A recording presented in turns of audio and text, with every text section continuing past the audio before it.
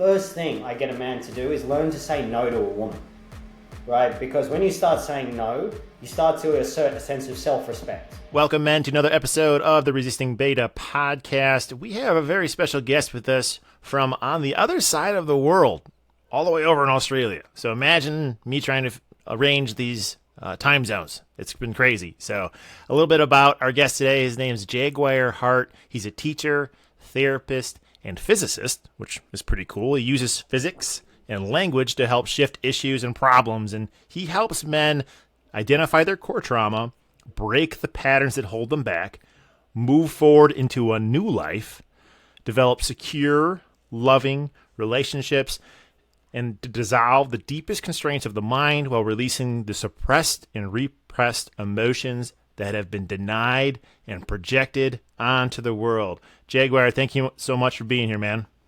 Thank you, man. That was a good introduction. Hey, I really appreciate you being here. So I told you a little bit about the men who typically listen to the show. I'm kind of curious, why are you excited to talk to the men of the Resistingbeta community and the guys that are, been through divorce and struggling through relationships and that kind of stuff? So why do those men rev you up to help them?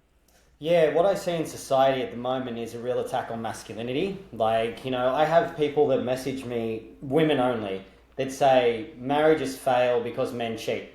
And that's a big proponent of it out there, which I don't agree with. And that men are the ones that let everything down, right? And I think we live in a generation at the moment where women can kind of do whatever they want and it's up to the man to fix everything. And if the woman wants to go do whatever, then it's just the man's fault. And I see men being, it sounds a bit victimy, but it's not. But they're getting taken for rides, they're getting broken by women, they're getting treated like shit. And if they stand up for themselves, toxic masculine. And I just don't agree with it. And so I call it out a lot on my Instagram profile, like even a post I did the other day.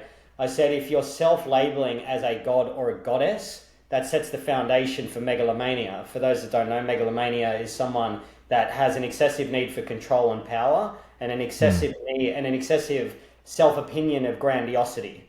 Now, that can form the stages of narcissism or whatever you want to call that, and that's fine. But guess who got upset about it? All the women self-proclaiming them as goddesses. There's a delusion out there. Men are awesome. Like Jordan Peterson talks about it, that society would collapse overnight. And we see that because of the rise of feminism, men are under attack, and then out of fear of asserting themselves through claims of misogyny, sexual assault, being, a chauvinist pig, men just have suppressed themselves. And it's creating suicide, it's creating an imbalance in society, it's creating a lot of feminized men. And so I just stand against it, and I stand for what's natural, because what's normal is not necessarily natural, and it's not necessarily healthy. And having a society of subservient men is the reason why the world is the way that it is at the moment. And so that's my passion for that, because it's, I'm seeing most relationships break down because of an imbalance of true masculine expression and acceptance and true feminine expression and receptivity. So what do you think the roots, you said true masculine essence. Explain what you mean by that, and how is it balanced out by the true feminine essence, and how can this guide men towards selecting the right woman? Sure. True masculine essence, in my opinion, is around being sacrificial, but not martyrdom. There's martyrdom, which is typically what mothers do. They're the source of all the love for everyone. But it's not. It's around protection, provision, and procreation. Right? These are ancient traditions which stand in most cultures. And now we've got the boss babe mentality, which is I'm a strong, independent woman that don't need no man. I have women say to me, there's nothing more powerful than a mama protecting a child. Now, I've been training Brazilian Jiu-Jitsu for 8.5 years. I'm a purple belt in Jiu-Jitsu. I train 4 to 5 days a week. My training partner is the number 5 guy in the world in black belt.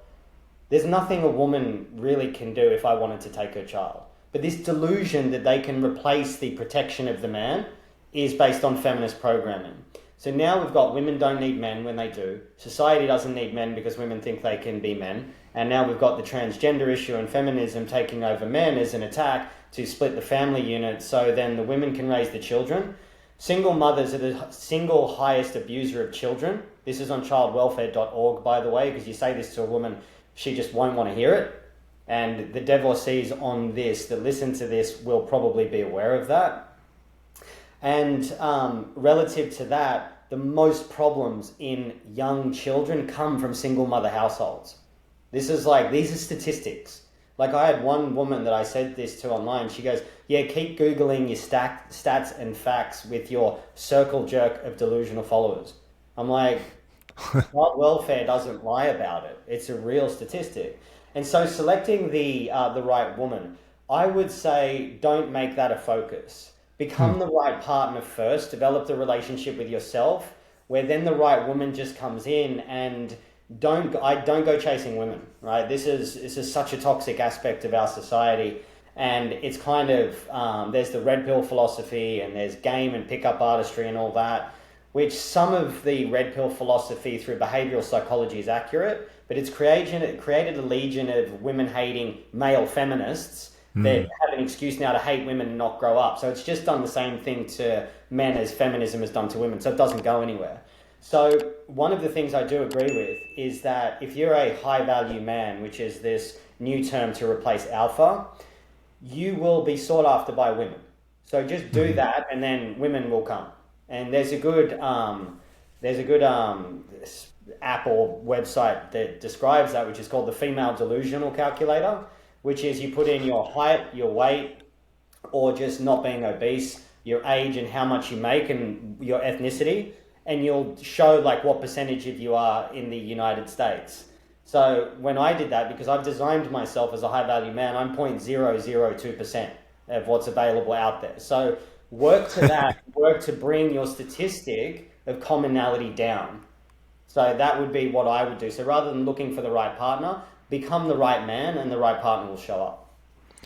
So let's stay there for a second, because I really like this subject, because I've read The Rational Male, I've read all his books, and that was one thing that he spends a lot of time bitching about everything that's wrong, but doesn't actually have a whole lot of solutions to do something about it. So I could see if you read that book, I've read that book, and you can get really frustrated and pissed off at feminism and society and schools and sometimes your parents and all that stuff. And I don't want to spend a lot of time there, but it's real. I think it's good to become aware of it. Yeah. It's good to kind of kick you out of like, oh, everything my mom taught me might not be right, or what women tell me and what they actually want are two different things, So how can we help these men start to kind of shed the shell that maybe society or marketing or their family or their schools or whatever started that they've become numb to what it means to be a healthy masculine man? Like, what are some steps that we can take to start moving towards that high value man? Because maybe I know there's some men listening to this that probably hear that term and there's some self-doubt or some imposter syndrome that starts to sink in. Yeah. So imposter syndrome is an interesting one, because every time someone's a beginner, they're going to feel imposter syndrome because they are inexperienced. So that's normal, right? So one of the things we want to look at with that is don't listen to ideologies which are a reaction to a previous ideology. Okay, so red pill is just reaction to feminism. That's it. All it is. It's male feminism, right? So, and people love an ideology, whether it's religion, whether it's, red pill, whether it's feminism, whether it's Marxism, whether it's communism, it doesn't matter. People love to give their power away to some ideology which explains their reality so they don't have to think. So the first thing is around developing awareness. When men come to me and they say, what's the first thing I can do to become a better man? First thing, make a living. Make a living, because if you can't make a living for yourself, you can't take care of anyone else. That's the first thing, right? Second thing, create space from the feminine, right? Like whether that's friendships or you're sleeping around or you're spinning plates, as Rollo Tomasi likes to say. Like, get rid of all that shit. That's boy behavior, right? If you're consumed by sex and pleasure and lust, you're going to be corrupted. Like, get rid of that. Go celibate for a year. don't sleep around, quit porn, quit junk food, all that sort of stuff. So the first thing we do is not about becoming anything, it's about removing things. So when we start to create space, we start to set a foundation. So we set the foundation, so cool, I'm working in something that contributes to society. I've developed discipline. Discipline is super important. It's my number one virtue and value that I live by, right? It's every 90 days I do something new. So the last 90 days I did ice baths for at least 10 minutes a day for 90 days in a row. Plus I train jiu-jitsu pretty much every day. I do things that are difficult in order to make the difficult become easy, and then when difficult things show up, they're not that difficult to deal with. So the first thing is the process of removal to create space. That's people, places, things from your life, clean your house out, remove weight, have a six-pack. That's like Andrew Tate, which, you know, people ask me if I'm a fan of his. He's not saying anything new. He's nothing new. Like him and Dan Bilzerian are just Kardashian for men, right? Right, I've said that it's good because that's kind of caught on through social media. I've seen it on accounts every now and again. These guys are Kardashian for men, which they are. There's nothing new about get in shape, make some money, live your purpose. Like, I think Napoleon Hill wrote that 100 years ago. Like, get something new, right? It's just because he drives a Bugatti and he's a kickboxer that he's slightly different to the others, right? So it's the process of removing these false idols, these false prophets, these men that don't represent a healthy balance of masculinity. Now, Andrew Tate would kick my ass in a fight. He would. I can't beat that guy, you know? Maybe if we had a grappling match, I would. But chances are, like, he's a lot bigger than me. He's probably a lot stronger. I can concede to that. But that doesn't mean his ideology is one that's well-balanced, right? So I don't really like his take on women, things like that. I don't think that idea of just, you know, get money, fuck bitches is very healthy, right? I'm not a fan of that. I think marriage is something that men should work towards, right? It's something I'm working towards at the moment, and having family and children, being able to take care of them, being able to provide for them, being able to protect them. And because the reason why that marriage is geared towards the woman now is to stop men wanting to get married, because they're usually the providers. So the women are entitled to half their stuff when they don't necessarily have to work for it. So I know as a very successful financially man that is a point of resistance that I would look at. And so that's why it's geared that way. But I always say about this, because I had one guy that was close to 50. He's like, all women are just hypergamous monkey branches. And I'm like, well, if you've got nothing to offer, of course they're going to leave you. He goes, yeah, but they'll just take half your shit. And I'm like, but you don't have any shit to take. So what do you get? Like, you're worried about getting hurt. I'm like, I could have half of my stuff taken, but I'm very good at making money. So it's like, okay, cool. If you want to take $1 million or $2, I'll just make it back. Like, what's the big deal? You know, if you're selecting women that are doing that, you're the problem, not the woman. Right. That's just that might just be who she is. So choose well, but that should be the end of the chain, in my opinion. When you've got the personal, internal space of discipline, integrity, honesty, honor, and drive and purpose and motivation to contribute to the world, bring a woman along then. Now, it can go before that. Some men get lucky. You know, good women are hard to find in this society. They are. But good men are even fucking harder. And men have forgotten that one thing I do agree with Rollo is that a good man is the prize. A good man is the prize, and I agree with that. Yeah, that was one comment in that book that really resonated with me and was really helpful for me, especially I think the last 5 years of my marriage. I knew it was over, but I was scared of being alone, and I didn't think I could do better. And then I started diving into those books, and what he was saying is making a heck of a lot of sense. Where it's like, oh, okay, that's true to where sexual market value and you know, if you are a high value man and a genuine one, not one that's full of shit, who just looks like he is but doesn't have a balanced high value, then it's an interesting challenge, I think. You know, because I think that you see these Instagram high value men, right? So you had talked about what is the balanced high value man? Like, how would you describe him to somebody if they didn't quite know what you meant by that? Cool. So is he contributing to society and making the world a better place? Is his physical attributes in check? Does he have a level of discipline and skill behind him where he might say, be able to protect in a situation, not because he wants to. It's like, I can't remember his name now, but he says, be dangerous but not a danger. Has he got that? Has he got a level of financial success? Financial success and performance is important for men. Does he take care of himself, or is he overweight? Is he doing what he says he's going to do? These are important traits. And does he have freedom to move about? A high value man is not going to be someone that's necessarily subordinate to other people, right? So if he's, maybe middle manager in something, making $80,000 a year, chances are his value is not going to be that high, right? And then we see the false ones out there that are just saying everything that's fluffy and lovely and like, yeah, be strong in your masculinity and get your queen and blah, blah, blah, blah, blah. And it's like, I've kind of said this around a couple of people, like, I don't mind their stuff, it's not against them, but like Lorin Kren and Jake Woodward, they're a bit fluffy for me.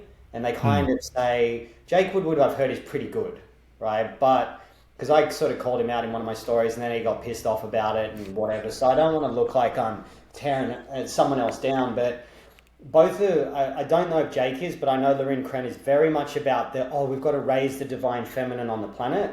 The feminine is chaos. The masculine creates order, right? So we look at Plato, I think, or Aristotle said it the best. Masculine republics give way to feminine democracies, and feminine democracies give way to tyranny. And when we're in a feminine primacy, which Rollo also talks about, then the suppression of the masculine becomes massive. People think we live in a patriarchy. We don't. We don't at all. And that's the big lie about it. We're way more geared to the feminine. And if we look at, the way that the feminine can operate sometimes, they change their mind all the time. They're not consistent a lot of the time. For their survival, like men use aggression and physical violence, women use emotional and psychological violence, but they don't want to talk about that. And that's, like a woman taking accountability. I did a funny post the other day as a meme, was a woman in a hospital bed, said a woman nearly dies after finding out what accountability is, right? And, I need to talk about this stuff because it's like we get people like that, which are all around. Aubrey Marcus is another one. Aubrey Marcus is like this neo-pagan, new age, highly fucking dangerous spiritualist, right? He talks about open relationships, plant medicine, all that is like, he used to talk about open relationships, not so much anymore. I worked with people that followed his lead that destroyed their lives through open relationships under his influence. I've done ayahuasca, and it was, for me and my partner, it was extremely traumatic and dangerous. And his first interview with Joe Rogan is what got me inspired to go and do it. And they glorify these things, which I'm not a fan of, right? Stop looking for the answer necessarily outside or in open relationships or in Rollo Tomasi. These ideologies that we buy into are not healthy things to go down because they feed into our confirmation bias. And so what we have to do is learn to think for ourselves, like the Stoics said. Stoic philosophy is one philosophy that you should buy into. It's lasted the test. It's been tested over time, and it works. So we have to become balanced in our mental, emotional, financial, physical, psychological, spiritual arenas in order to become a balanced, high-value man. So you talked about Jordan Peterson in a good light, and then obviously Stoicism. And have you dove into like Ryan Holiday's stuff much on Stoicism and his books? I've read a couple of his books. He's quite good, but, and I'll just say this really honestly, because he doesn't physically represent the kind of man that he's representing by talking about those philosophies. He did a drag show at his bookstore in fucking really? Or wherever it is. Yeah, a drag show for kids. And I'm like, nah, mate. What? Yeah. There was a massive uproar about it. And weird. Yeah, it was very fucking weird. And I just thought, it didn't sit right with me. He's not this sort of, he goes runs and stuff like that. He's smart here, but I mean, even, I think it's Plato that says it. It says if a man's too philosophical, he becomes feminine. But if a man's too physical, he becomes like a brute, right? We need to balance both. And so Ryan's much more, from what I see, in like all the mind. And he's not very physically capable by the looks of it. And he's kind of got a bit of a dweeby presence about him. He doesn't have a strong masculine presence to him, yet he's commenting on very strong masculine principles. So Sure. it's not balanced to me. Do you know what I mean? So it's like if someone's sitting there and they're like, training jiu-jitsu all the time, or they're a boxer, or like Jocko Willink's a really good example of it. He's an embodied, he's a leader, he's super successful, he's strong, he's in his 50s, he's a black belt in jiu-jitsu, he fucking does what he says, and he's stoic about it. He would be more the sort of man that I would look towards to be teaching about stoic philosophy than Ryan Halliday. Yeah, I like him. I like Andy Frisella a lot. There's a couple of guys who just, I mean, that military background really speaks to the true, like, I mean, that discipline and doing what you said you're going to do, and leadership, Yeah. and breaking things down simple, and just leaning into the hard shit, and doing what you know you should be doing, and ignoring the want tos in life. I mean, it's pretty simple, but it's cool to hear. I mean, I think there's a lot of, a lot of people, the polarizing people who just are doing stuff just to get like Andrew Tate. Yeah. He just does stuff, and it's super viral because people get pissed, and the algorithms love it because people get pissed and, and all that stuff. So what are some of the people that have had a big influence on you and your journey, and maybe some resources that you dove into early on in this journey? Have you always had this strong masculine presence in your life, or was there a point in your life where you had to go through a transformation? No, my father, who died 3 months ago, almost, what's the date today? 19th, yeah, almost 3 months to the day. I always say, like, since that happened, two really important times for a man are when his father dies and when he becomes a father, right? These are two, like, defining times that you're never the same after it. And so early on in the time, Jiddu Krishnamurti was a huge influence on me in the nature of the mind. He was part of the New Age under this woman, H.P. Blavatsky, who's a fairly evil woman, and he exited out of that. So his is all around the reflections of the self, understanding the nature of the internal self. So he was a big influence on me early on. The role models that I see as really good in this society for men are Jordan Peterson, Joe Rogan. I like Goggins, because he's just a fucking animal, right? It's so funny. He's so intense. Yeah, he's intense. And I posted about Goggins, and it was so funny because I had multiple messages saying, oh, he's not a good role model, he's not a healthy influence, he's acting out his trauma, all from women, right? All from women. And so those three, Jocko is a big one for me, Hickson Gracie as well, the sort of the original OG jiu-jitsu guy. He's been really good. So those men are successful. They do what they say they're going to do. They hit physical limits of high capability to show what the mind is capable of when applied. They have influence, and they're positive members of society. They contribute the truth, and you can tell they're authentic. And that's what I like about them. And so those men are the ones that, and they also sort of pave the way for something new. They set a new standard. And I think men as leaders, that's what we need to do. And those are the men that I try to model. Thanks for sharing that. I know it's there's a lot of people out there that are very influential, but it may not necessarily be someone you want to be influenced by, right? Yeah. Especially as when you go through an identity shift and you're trying to find your footing, and it sounds like you had an amazing father who taught you a lot of. I actually didn't. You didn't? Oh, no, okay. So not at all. Like, my okay. father, sorry, go on. Yeah, ask the question. I was going to say, so tell me about that journey from not having that father to how you figured it out. I mean, what was that path like? So, like I said before, when, looking to strengthen our masculinity, it's about removing things. Sometimes the best lessons are around learning what not to do. And so my father was an incredible father by teaching me who I didn't want to become. He was, sexually abused when he was young at a boarding school. He was quite spineless. He was, the wheeler and dealer, and quite charming and manipulative, and I'd say narcissistic. But it's funny, when he died, it's like my memory bank got wiped of all the stuff that had happened between us. And so he let my mum rule the house through her explosive aggression, traumatic. It was a very vicious environment that I grew up in. So I was kind of forged by steel in that way, right? Okay. I went the opposite way and became super unhealthy. My nickname in Sydney before I started to make really strong changes was the Wolf of Wall Street guy. Now, most men that are listening to this will probably have seen that movie.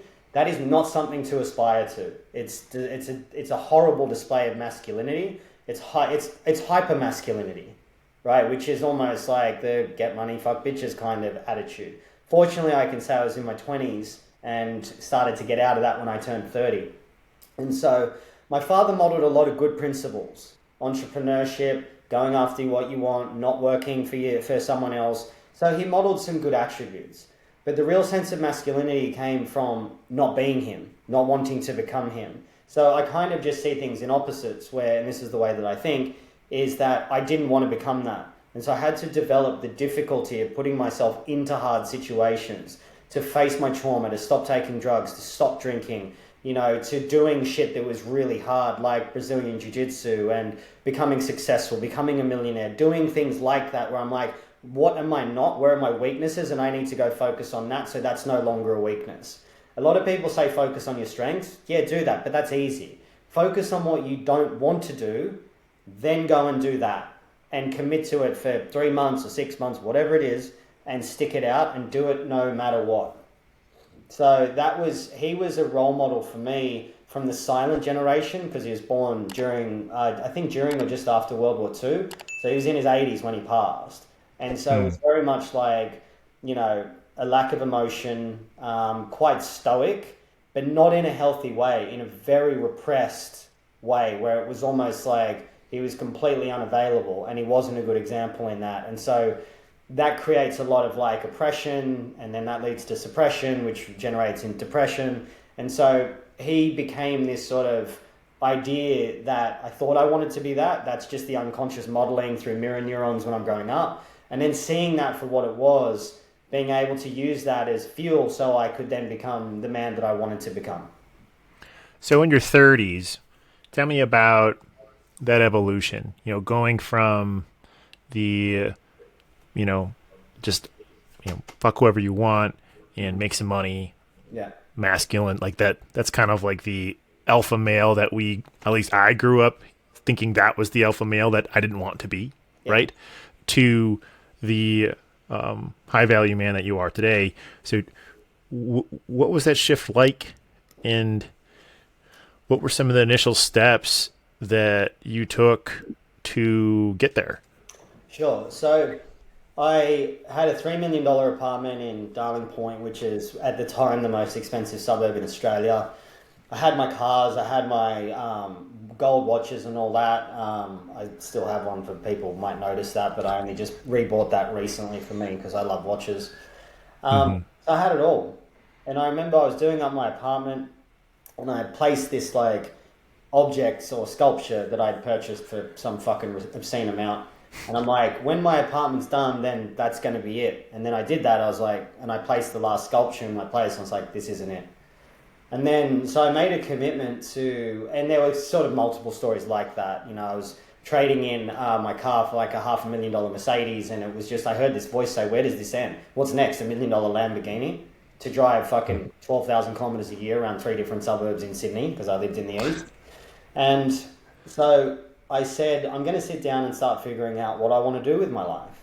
And at that time I broke my leg, and so life pinned me because I was traveling the world first class and, spreading that around the world, what I was doing in Sydney, everywhere else around the world. So I became pretty notorious. And I then moved to New Zealand, and I moved to a farm in the mountains there, and I was just drinking spring water, eating clean food. I got off alcohol, and I had to go through a shattering process to confront all of that and just be like, I don't care if I die, I'm going to confront this and sit with it. And I didn't have TV, I didn't have Wi-Fi over there. I was with my ex-girlfriend, and I just sat with all my shit. And people would ask me, they go, what did you do? And it's like, the funny thing is when you're in that environment, you don't need to do much because all this isn't going over and over and over again. So then I came back. When I was over there, I wrote out a couple of lists of what I spend my time researching, what I'm interested in, and all these books led to like consciousness and trauma and things like that. And I'm like, oh, I'm meant to be a therapist.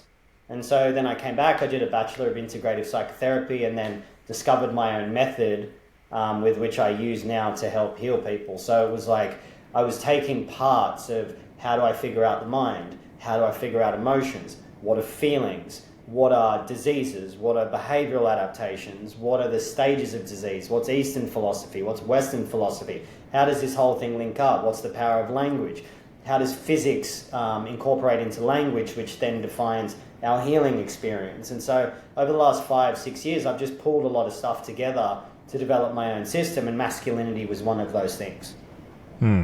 So where does physics come into this whole, because that was one thing that just kind of stuck out when I was looking at your profile and reading your bio. Is it's like physics? You know, how does that fit into this whole picture and into your methodology? Yeah, awesome, good question. So what I really wanted to do was create a foundation for my work where it was provable and it was verifiable through laws of physics. I don't care if people believe in physics, it's the way that the world works, right? So everything at its base level is a vibration. The vibration, as it says in the Bible, in the beginning there was the word, right? So a vibration emits a tone.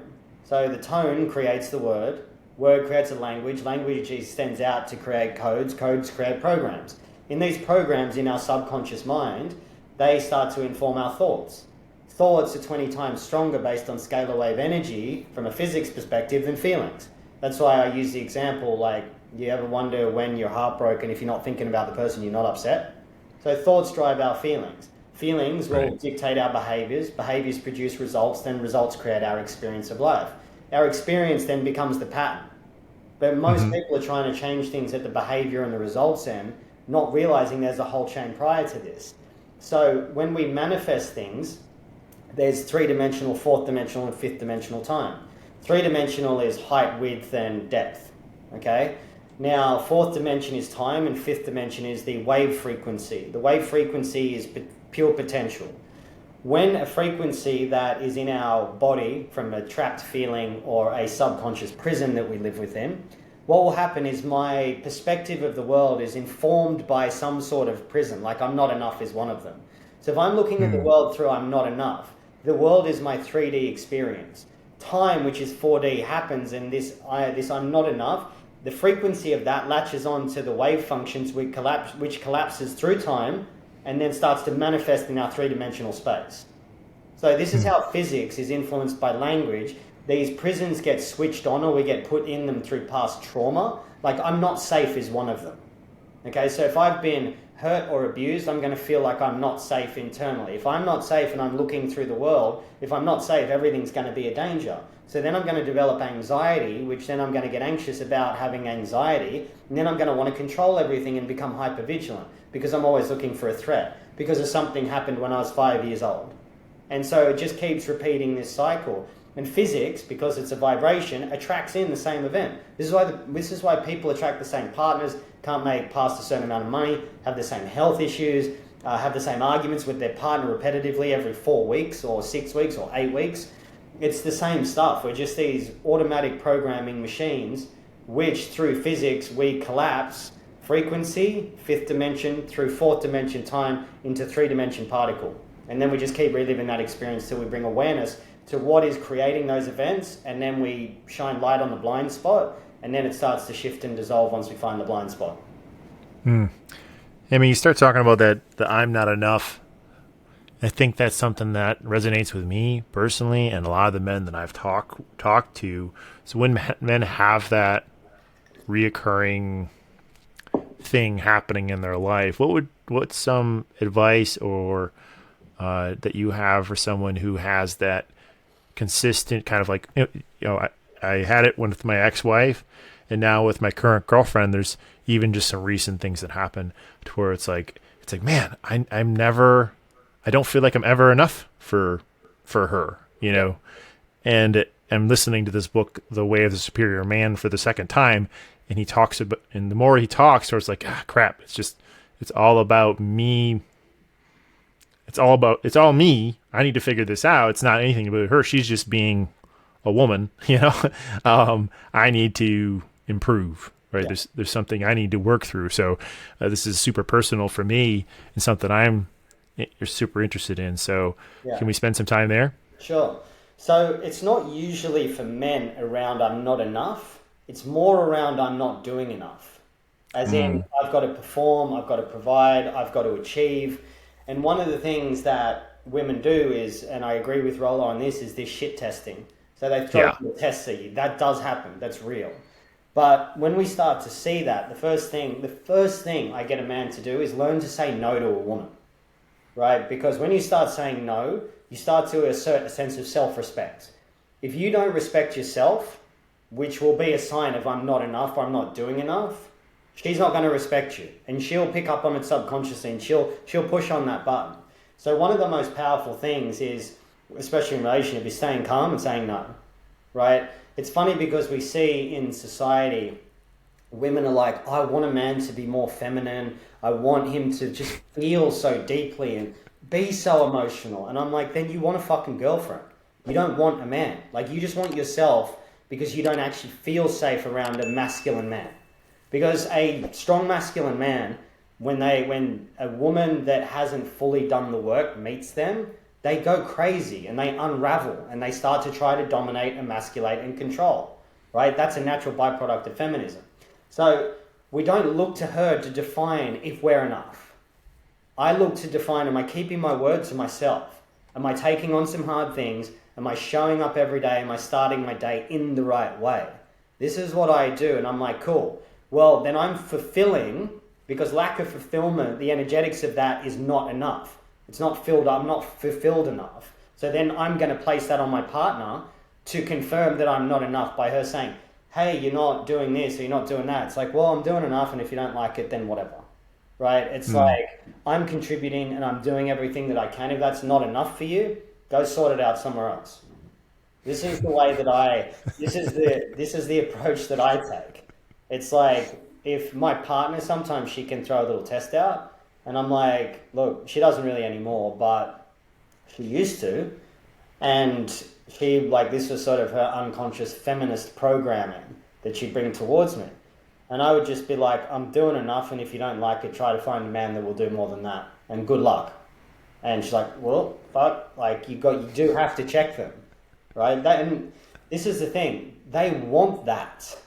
They do want it. They want a man they can respect. They don't want some man coming, like, they come home on a Friday and he's fucking sensual dancing, wanting to sit down and have a fucking cup of tea and talk about his feelings. They will leave that man very quickly, unless they're hyper masculine and they want a beta male, which for some of them feel secure and safe, but they will be much more attracted to an alpha and they won't even know why. So it's not about that the man's not enough, it's about he's not doing enough, and then that's reinforced through his partner. But it's just like, well, I'm doing everything I can, so either appreciate it, because what men want is respect and acknowledgement for their contribution. And if women listen to this, if you keep disrespecting your man about what he's not doing rather than celebrating what he is doing, providing he's making an effort, he will fucking walk away pretty quick, because we get sick of it. We do. Like, we get over it. Women want admiration, to feel safe as though they're not going to be left, and they want to feel secure. It's the man's job to provide security, not safety. Safety is emotional, physical and financial is security, right? The woman will actually feel safer when you say no to her, because she'll go, oh wow, if he won't stand up to me, he won't stand up to anyone else. But if he stands up to me, I might not like that, but subconsciously she'll find it pretty hot. A feminine woman will anyway. So it's about the man meeting his own word to himself, not to her, not to society, not to his boss, to him first and foremost. When he does that, he will start to feel though he's doing enough for himself, and the challenges that he takes on will start to be an expression of self-respect. When someone tries to disrespect him after that, it'll just wash off him and go, whatever, I don't care. It's like, think whatever you want, that's cool. Right? Or, I don't have time for this shit, I've got stuff to do. Those comments, then, we don't feel inadequate next to a woman. Yeah, man, I really appreciate you saying that, because I think that if we are keeping our promises to ourselves, like these small promises that nobody knows if you break them besides you. Yeah. And if you let one go, okay. If you let two go, yeah. And then all of a sudden they start to like create this snowball effect. Yeah. And a month later, you're a depressed piece of shit. Yeah. Because you lost your own self-worth because you lost trust in yourself. Without trust, there's no love. Yeah. And it's all comes down to these little tiny promises of like, did you make your damn bed in the morning? Yeah. Did you do your own laundry? Are you taking care of your own shit? Are you getting up and with no snooze and actually working out in the morning? Are you eating healthy? Are you drinking enough water? All of these things, like these, oh yeah, I should do that.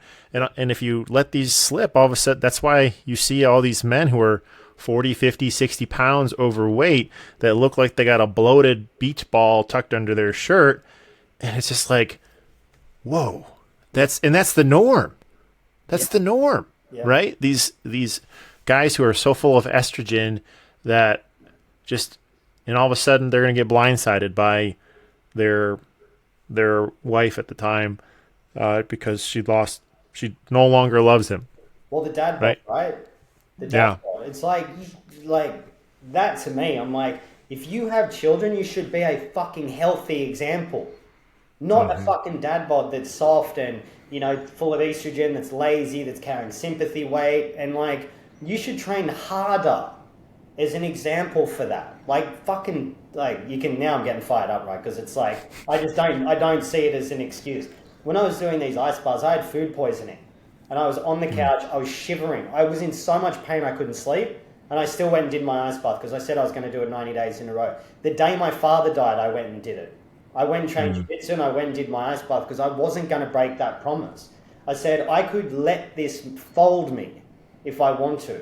And I had, everyone was like, take some time, you know. I showed up to a podcast the day after he died. I showed up to my group containers after that. I was in my group container. I stepped out. I had tears come up. I started to cry. I came back to my group container and was like, cool, I'm going to keep going.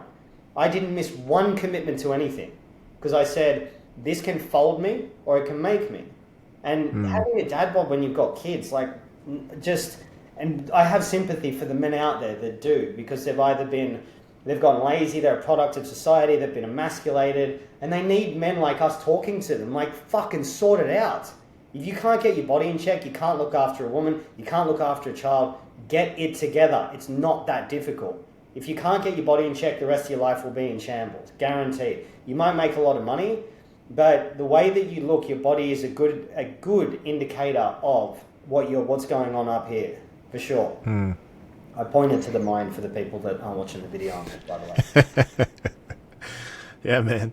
So I'm loving this, man. I think that I'm really, really happy that I found you on Instagram. I mean, if you haven't followed Jaguar on Instagram, you really should do that. He's got some super insightful stuff that's unique and different.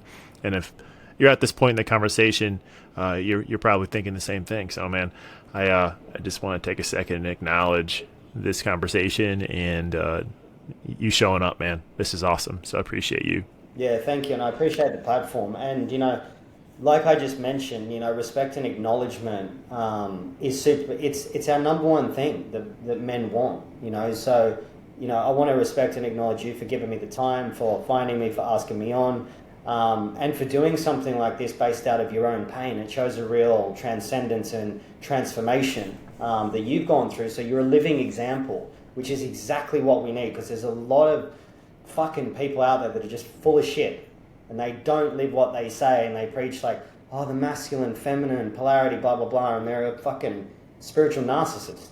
You know, like, there's some dangerous people out there promoting some dangerous shit. I think Aubrey Marcus is one of them, to be honest. And I make no bones about it. I'm like, I do, and until I see otherwise, because I see the human condition. I see people when they're compensating, and I see people that are dangerous, and I think he's a dangerous influence. I really do. And so what are some of the things you're excited about, you're seeing in masculinity, and some trends that you're paying attention to that are giving you hope? Yeah. So a couple of accounts that I really like is a friend of mine, Will, from Ren of Men, which is Renaissance of Men, and Noland Knows. These guys are more of like the biblical masculinity, which has been around thousands of years, which I'm a fan of. right? I'm a fan of that. It's not that I will sit there and say my experience in Christianity is extensive. I'm reading the Bible to understand it. My partner has gone right down it. She's fully into it. She's basically become born again. I'm more open to exploration with it, right? I don't jump into things super quickly without really analyzing it, looking at it, seeing how, like, does it make sense up here? Does it feel right down here? And is my gut clear around it as well? I have to look at all of that. But I see these pretty good examples of men. Like Will's a really good example. Nolan's a really good example. Another guy, Mike Pantile, that's the name of his account. And Wisdom of Kings as well. Like, I've spoken to these guys. They've kind of become friends, like, you know, Insta friends, so to speak, because we're in different countries. But I respect them. Will, I have an immense amount of respect for Will because he actually did a documentary about leaving the New Age, and that woke me up to certain things that I didn't see. And I was kind of already stepping out of it anyway because I was in the plant medicine community for a very short period, and I saw the delusion in that world. Like, that is a hyper delusional world. Plant medicine's not the answer. It just keeps you locked and trapped in a cycle. And so when I look at stuff like that, and I can't say that I know everyone's experience on it. Some people have beautiful, profound healing experiences. So kudos to that. So I shouldn't shut it down that hard because that would be ignorant. But the biblical masculinity stuff around family, fatherhood, protection, provision, faith, is something that has been resonating with me. It's when I look at something, I pull the pieces apart through my own awareness of it. I look at it, I go, what feels right? I don't look to people to influence me. And I was sitting with a good friend of mine who's a motivational speaker, and he was like, man, you know, like, it's interesting because you started writing about masculinity like 18 months ago, and everything you were writing about is exactly what, like, all these other guys and people have been talking about, but you weren't actually researching anyone, you're just pulling it apart for what it looks like. And so when that linked up, I was like, okay, there's something good here. I do believe in traditional family.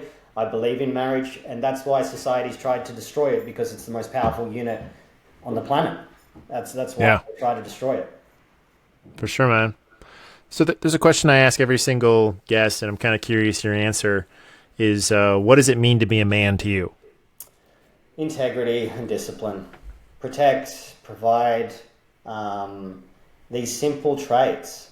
You know, in old tribes, they would break the men into warrior, hunter, or farmer, right? Learn which one you are. You know, I'm a martial artist. I like to fight. Don't really like to hunt. It doesn't really call me. I definitely don't like to grow food and be a farmer. Now, most men think, like, I don't want to be a farmer, but they were the strongest, right? The hunters were the most sort of cunning. And the warriors are the ones that sort of sit back and go, yeah, when shit goes down, let us know. We're going to have a good time, right? And train and do that. But that was kind of the lifestyle. And that's kind of like the lifestyle that I like. I love samurai. I like The Book of Five Rings by Masashi. That's an excellent book. Sun Tzu, The Art of War. You know, there's good attributes like that come up, you know, when men are talking about aggression or anything else. And I had this, and I'll share it because it's an important point, which is around my current partner was previously married, and the ex-husband was a nightmare to deal with, like a nightmare. He was trying to break us up and all of that. And one of the things that came through, someone asked me, they said, why don't you, like, beat this guy up? They're like, you're a savage. You could fucking sort him out. And I said, never get in the way of an enemy while he's destroying himself, right? I wanted to. By all means, I wanted to. Like, there were many times where I wanted to teach him a lesson. But I used the quote from Sun Tzu, which is never get in the way of an enemy while destroying himself. Now, why that's important is because men have self-control. Men need to be able to exercise intelligent thinking in situations that could make you dangerous, right? So we need to step back, use logic, reason. We analyze the situation. That's part of being a man. Make good decisions. Don't be overly emotional. You know, these are really important attributes. But do what you say you're going to do. You know, once you start to get the word to yourself right, there's a reason why they say it's a man of your word and not a woman of her word, right? So men think vertically, right? So we can prioritize problems. Women think horizontally. So they actually have very high difficulty in placing weight to problems. I had this with my partner. I think it's hilarious.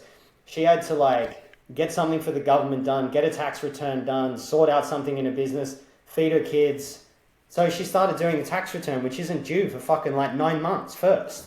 She's very stressed and overwhelmed. And I'm like, feed your kids, bathe your kids. Let's talk about your business. Then we'll do the stuff with the government. Then we'll look at your tax return last. But it's like, I liken it to the way men and women think, because we think differently. It's like women think like those old lotto ball machines with all the, if each problem is a lotto ball and it's flying around.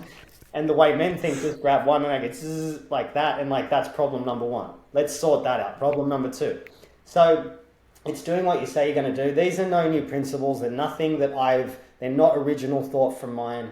Read Stoic philosophy, develop your body and get strong, but deal with your trauma as well underneath it. Like deal with what's holding you back. Work on your mind, because once you get the mind right, the body follows, right? But it's depending on where you're at. These are the things. So what makes a man? It's like, well, if we look at it, a man is a protector and a provider with male genitalia. And I'm sort of saying that last bit as a bit of like a slap to the what is a woman question, right? So it's like, that's what a man is. You got male genitalia, you're a fucking man. That's pretty much it from a biological perspective. Yeah. So, man, I think that one of the hardest things to do when you're at a part of a journey and you're experiencing the symptoms where you know it's broken, you know you're struggling, you know you're buried by your trauma, and you hear conversations like this and you hear someone like yourself talk, and it's hard to close the gap. It's like, oh, he's just Jaguar and I'm Bob, and I don't, his trauma must have built him that way. So what I always like to ask is, what are some baby steps that any man listening to this, no matter where he's at, that he can do over the next 7 days where he'll start to get some momentum? And let's give the men some homework over the next 7 days, baby steps, so they can just start getting some quick wins. Yeah. So first thing is, as soon as you wake up, do 3 rounds of Wim Hof breathing. As soon as you wake up, not half an hour afterwards, not after you've gone to the gym. Straight away. I actually prefer to do it through the nose and a little bit quicker, and I still do it. I don't really need to do it, but I do it. But I do 3 rounds of 21. So it's like that. Get a bit of power breathing going on. Sit there for 5 to 7 minutes. That's just me saying, well, I'm doing this for myself. Clears out the cortisol, flushes that out that you might have had during your sleep, and you develop a practice as soon as you wake up for yourself. Then get up and have a cold shower. Even if it's 5 seconds, you can have hot before, finish on cold for 5 seconds or 10 seconds. It doesn't feel nice. I still don't like doing cold showers. I'll take a fucking 0-degree ice bath for 5 minutes over a cold shower, but I still do it every day because I said I was going to do it every day for a year, right? So just start with that for the next 7 days. And then what you'll see is you'll start to encounter what's going on in the mind as a threat, right? It's like, oh, but I've done it 7 days in a row. I did what I said I was going to do. Now I can can it on the 8th. And so I like to I committed to that for a year, and I'm at like 10 months or something now. And so then I did the ice baths for 90 days in a row, regardless if I was sick or whatever. And now I sit for 2 hours a day in silent contemplation with my eyes closed. I scan my body. I feel into parts that might be a little bit off, and I start to I might massage my neck, my temple, my thigh or whatever. And I just develop a relationship with my body in a way that I haven't before to see if there's anything there. Do I want to do that every day? Fuck no. I don't. I don't like doing it. But I said I was going to do it. And I'm at sort of day 17 at the moment. And all the excuses start to come up. It's like, oh, you need sleep, or you can count it just before you go to sleep, or whatever. And it's like, no, fucking sit for 2 hours and do it. I might break it up depending if I'm super busy, and I might do half an hour or an hour at times, but I'm getting it done, And when I started it, I was like, oh, I'll just do an hour. And I'm like, you'll do an hour pretty easy. 2 hours is a limit that's up there. And so that's what I'm doing for the next 90 days. And so set yourself something to do that you don't really want to do, but it's going to be good for you, And if you're looking at things to remove, if you're, say, drinking, 7 nights a week and you're having 12 beers a night, just quitting that cold turkey likely isn't going to happen. So list out all the things that you want to eliminate in your life, and then start to look at what's the easiest one. So if you're eating a packet of biscuits every night, have one less biscuit so the packet doesn't finish. Just small bits. And don't set a time limit of, okay, I'm going to do this in 30 days because that sets you up for failure. Say I might do this over, 6 months or a year, and take it a bit slower. And removal is the most important thing. Because once you remove things, then you start to emerge.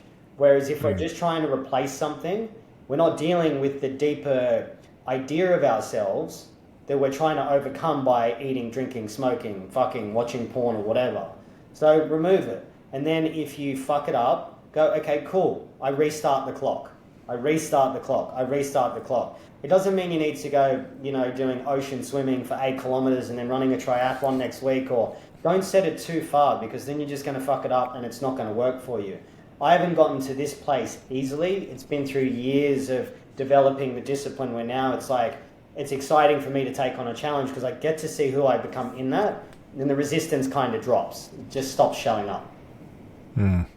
Yeah, I mean, it's all about the little reps, the little practice. I think, as I've talked a lot about this in previous episodes, where we believe in practice as athletes when we were in high school or college or whatever sport we played. But where did that practice go? Yeah. When did we stop practicing as men?